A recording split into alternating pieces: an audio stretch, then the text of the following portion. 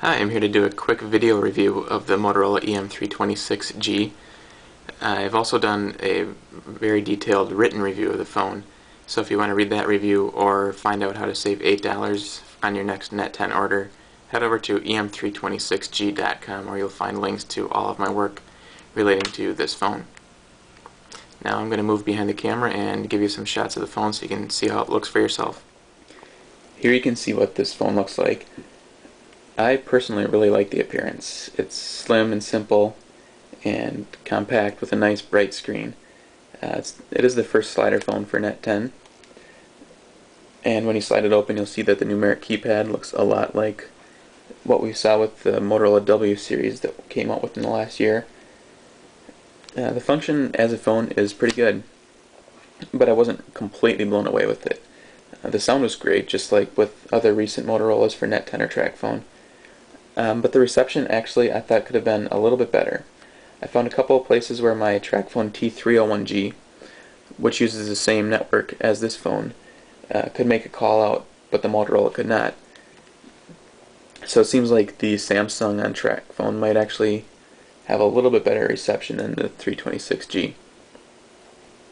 But it was a pretty close call as far as which one had better reception, and it wasn't really a deal breaker for me, so I'll just give it a small negative mark for that. Texting actually works pretty well. You'll have to use iTap predictive text, which is a little bit different than the T9 predictive text that a lot of other models use, but it's not that big of a deal. And there's also very little lag time between when you enter a letter on the keypad and when it shows up on the screen. That's an improvement over recent Motorola's. And when you press send, the message is going to go out pretty quickly, almost immediately. And as soon as it goes out, then you can slide the phone shut and the message will be sent. But the biggest news with this phone is the list of extra features like MP3 player, 1.3 megapixel camera, expansion memory slot, unrestricted Bluetooth, speakerphone, USB compatibility, and FM radio, to name just a few.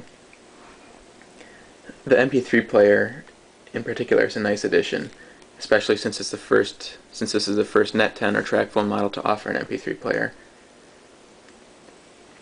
As you can see here, the music key will start the music player, and music is organized by songs, playlists, artists, or albums. And the phone will accept or will store your songs on a removable micro SD card, which stores in back by the battery. The phone accepts cards up to 2 gigabytes, which is enough to hold around 200 songs depending on the quality that you store the songs at. And I was actually pretty surprised at how good the MP3 player sounds coming through the built-in speaker here. If you want to use headphones, you can use a regular set of headphones. You don't need any special adapter or anything. In my experience, the sound quality was not all that great on cheap headphones, but if you have a nicer set of phones, it'll sound pretty good. But either way, if you're used to an iPod or expensive MP3 player, this isn't really going to replace it.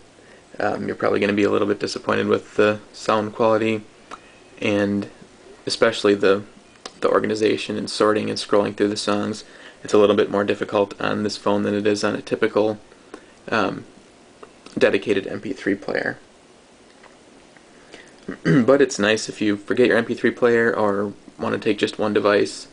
It's nice to be able to just grab this slim little phone and you've got your music player and your phone all in one. If you want to load music onto the phone, you've got a couple of different options. First, you could remove the micro SD card that I just showed you and connect that to your computer directly. You can also connect using the phone's micro USB port to connect that to your computer and load via USB. Another option is Bluetooth.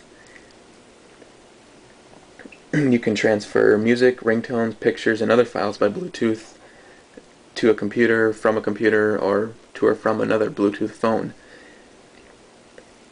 For some reason, the Net10 website is going to tell you that it's not possible to transfer files by USB or Bluetooth, but I've definitely done both, so I'm not sure exactly why Net10 is telling you that it doesn't work.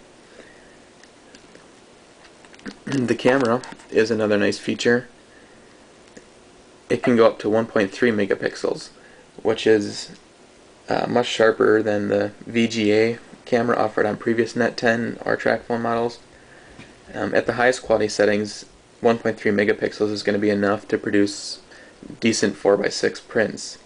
There's no flash though, so it doesn't work well in dim lighting, and there's also no video option.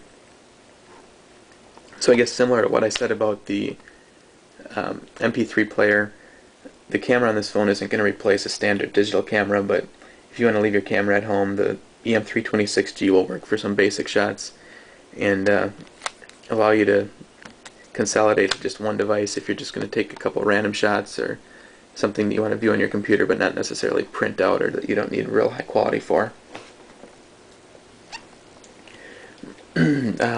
Overall, I guess I like this phone pretty well. It offers a pretty decent set of features at this price. It is $60, which makes it the most expensive phone currently available for Net10. But when you use the discount codes I mentioned earlier, you'll save $8. And when we consider all the features plus the 300 free minutes that Net10 adds to all new phones, you're getting a pretty good amount of value for that price. Well, I guess that's it for this review. If you want to read my full text review or find out how to save $8 on the phone, head over to em326g.com.